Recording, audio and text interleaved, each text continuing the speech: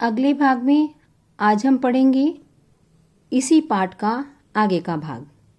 यथा दुग्धम मंथनम कृत्वा, जिस प्रकार दूध का मंथन करने पर, दूध को मथने पर नवनीतम वयम प्राप्नुमः, अर्थात जिस प्रकार हम दूध को मथ कर उसमें से मक्खन प्राप्त कर लेते हैं, तथै वेदांतस्य निरंतरम पठम, कि वेदों का निरंतर पाठ करने से, श्रवण उनको सुनने से, मननम च कृत्वा और उनका मनन करने से, उनको जीवन में अपना लेने से, परोपकारस्य भावनयाः वयं संसारस्य प्रत्येकं जीवे प्रत्येकम अंशे च ईश्वरस्य अनुभवं कर्तुं शक्नुमः।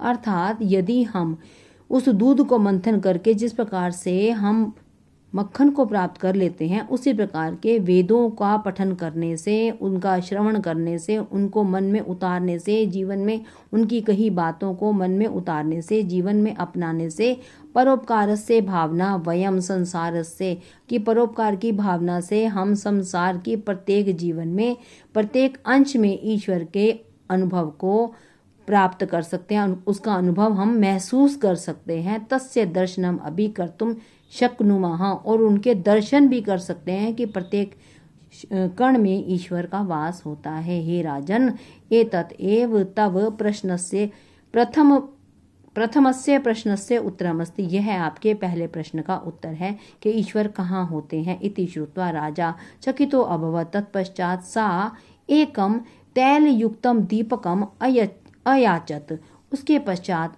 उस महिला ने अर्थात तेनालीराम जी की पत्नी ने एक तेल युक्त दीपक को मंगवाया। अयाचत मतलब मांगा, मंगवाया कि एक तेल युक्त दीपक लेकर आइए। नृपस्य आदेशानुसारम सेविका तस्यै दीपकम अयच्छत, नृपक के राजा के आदेशानुसार सेविका उनके लिए एक दीपक लेकर आई। सा दीपकम प्रज्वाल्य नृपम अपृच्छत, उन्होंने तेनालीराम जी की पत्नी ने दीपक को जलाया। नृपम अपृच्छ, और राजा से पूछा, अस्य प्रकाशः कम पश्यति कुत्र च पश्यति, कि इसका जो प्रकाश है दीपक का किस किस को दिखाई दे रहा है और कहाँ कहाँ पर दिखाई दे रहा है।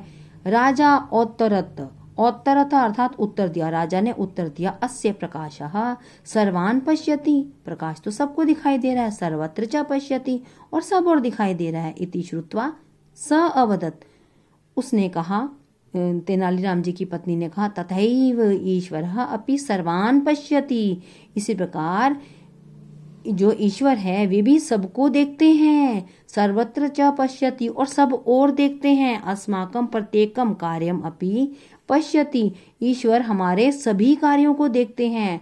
सततम अर्थात निरंतर परिश्रमी परोपकारी जनेषु तस्य विशेष कृपा भवति, हमारे किए गए सभी कार्यों को जब ईश्वर देखते हैं तो उनके परोपकारी जो लोग होते हैं उन पर विशेष कृपा भवति, भगवान की विशेष कृपा रहती है।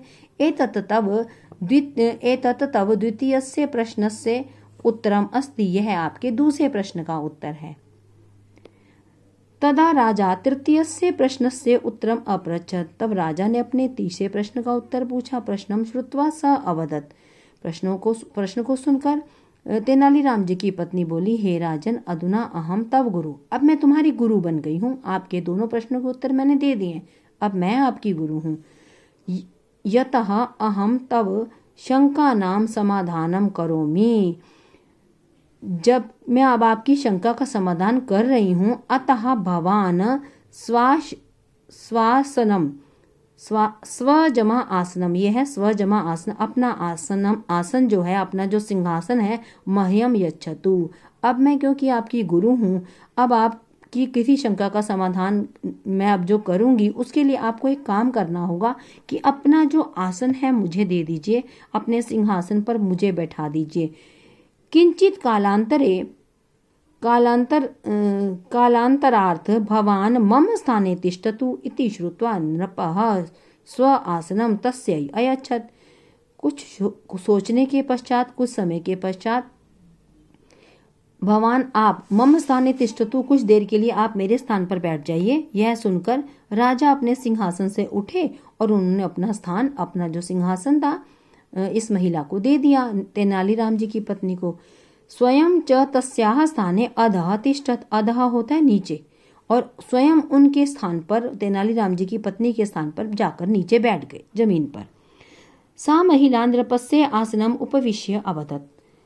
वह महिला नृप राजा के आसन पर बैठकर, उपविश्य मतलब बैठकर, उपसर्ग है, विष धातु है और ल्यप प्रत्यय है, अवदत् उन्होंने बोला, ईश्वरः इत्थमेव करोति, ईश्वर भी तो ऐसा ही करते हैं, यत् कि यथा सह सामान्यम नागरिकम नृपम कर्तुम शक्नोति, जिस प्रकार वे एक सामान्य नागरिक को, मुझ जैसे नागरिक को राजा बना सकता है ईश्वर, तथैव च नृपम सामान्यम नागरिकम कर्तुम शक्नोति, जिस प्रकार मैंने अब आपको अपने स्थान पर बैठा के राजा को रंक बना दिया और स्वयं मैं राजा के सिंहासन पर बैठ गई, इस प्रकार ईश्वर भी करते हैं कि किसी को भी वो चाहे तो पल भर में राजा बना दें और पल भर में ही किसी को एक भिखारी बना दें, एक गरीब व्यक्ति बना दें।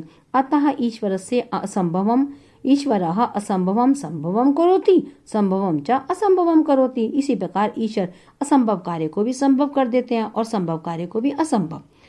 अतः कथ्यते न देवात् परम बलम, कि राजा से बड़ा मतलब देवता से बड़ा बल नहीं होता, अर्थात स्वयं को बलशाली समझने की भूल कोई ना करे। ईश्वर से डरना चाहिए प्रत्येक इंसान को। एतत् तब तृतीय प्रश्न से उत्तरम अपि, यह आपके तृतीय प्रश्न का उत्तर है।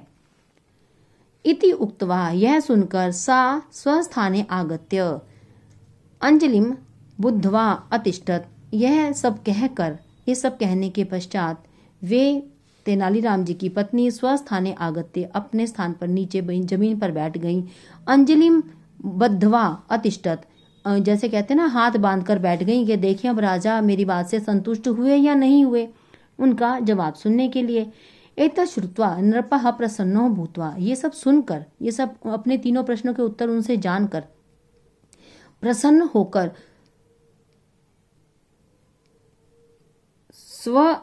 स्वासनाद उत्थाय, अपने स्थान से उठकर तस्यै पुरस्कार रूपेण स्वर्ण मुद्राः दत्त्वा तस्याः प्रशंसाम अपि अकरोत्, अपने स्थान से उठे, तस्यै पुरस्कार रूपेण स्वर्ण मुद्रा दत्त्वा, उनको पुरस्कार रूप में स्वर्ण मुद्राएं देते हुए तस्याः प्रशंसाम अपि अकरोत्, उनकी प्रशंसा भी की। अतः सत्यम उक्तम, इसीलिए सत्य ही कहा गया है, ईश्वरः सर्वत्र अस्ति, ईश्वरे च सदैव विश्वासो कर्तव्य है, कि ईश्वर हर ओर होते हैं, सब जगह होते हैं।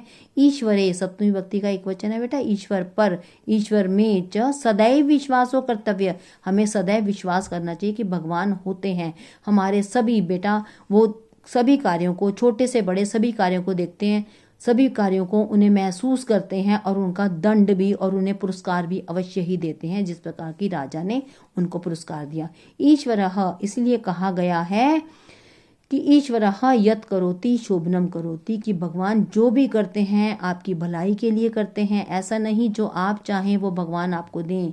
भगवान आपको बेटा वही देते हैं जो आपके लिए अच्छा होता है। यदि आप कुछ अच्छा सोचते भी हैं तो एक अध्यापक की भांति ईश्वर आपको उसके भी अंक देते हैं। आपके सत्कर्मों का फल हमेशा, चाहे वो आप अपनी सोच में भी अच्छे कर्म रखें तो भगवान आपको अच्छी सोच का और बुरे फल का भी, आपके कार्यों का भी आपको फल अवश्य ही प्रदान करते हैं।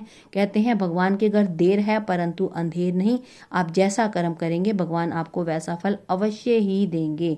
इसके लिए चाहिए कि सभी आप सत्कर्म करें, ईश्वर को हर कण में महसूस करें, दूसरों के दुख दर्द को समझें और दूसरों के दुख दर्द में काम आए। यही एक मानव का परम कर्तव्य भी है। धन्यवाद।